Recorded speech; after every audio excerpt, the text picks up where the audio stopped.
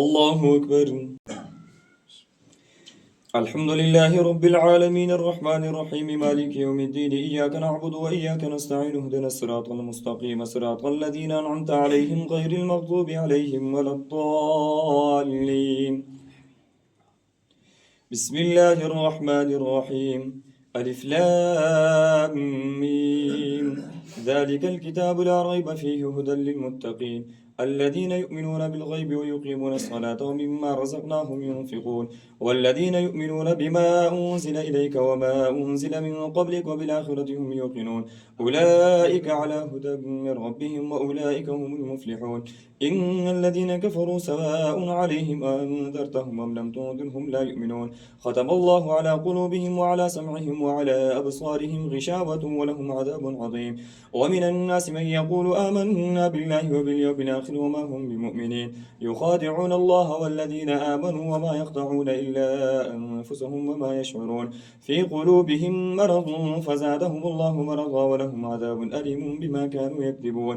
وإذا قيل لهم لا تفسدوا في الأرض قالوا إنما نحن مصلحون ألا إنهم هم المفسدون ولكن لا يشعرون. وإذا قيل لهم آمنوا كما آمن الناس قالوا ونؤمن كما آمن السفهاء ألا إنهم هم السفهاء ولكن لا يعلمون. وإذا لقوا الذين آمنوا قالوا آمنا وإذا خلوا إلى شياطينهم قالوا إنا معكم إنما نحن مستهزئون.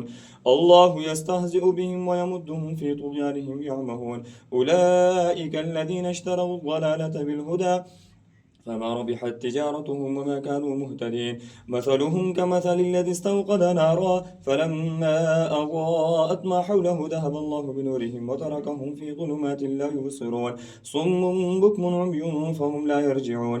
أو كصيب من السماء فيه ظلمات ورعد وبرق يجعلون أصابعهم في آذانهم من الصواعق حذر الموت والله محيط بالكافرين. يكاد البرق يخطف أبصارهم كلما أضاء لهم مشوا فيه وإذا أظلم عليهم قاموا. ولو شاء الله لذهب بسمعهم وأبصارهم إن الله على كل شيء قدير.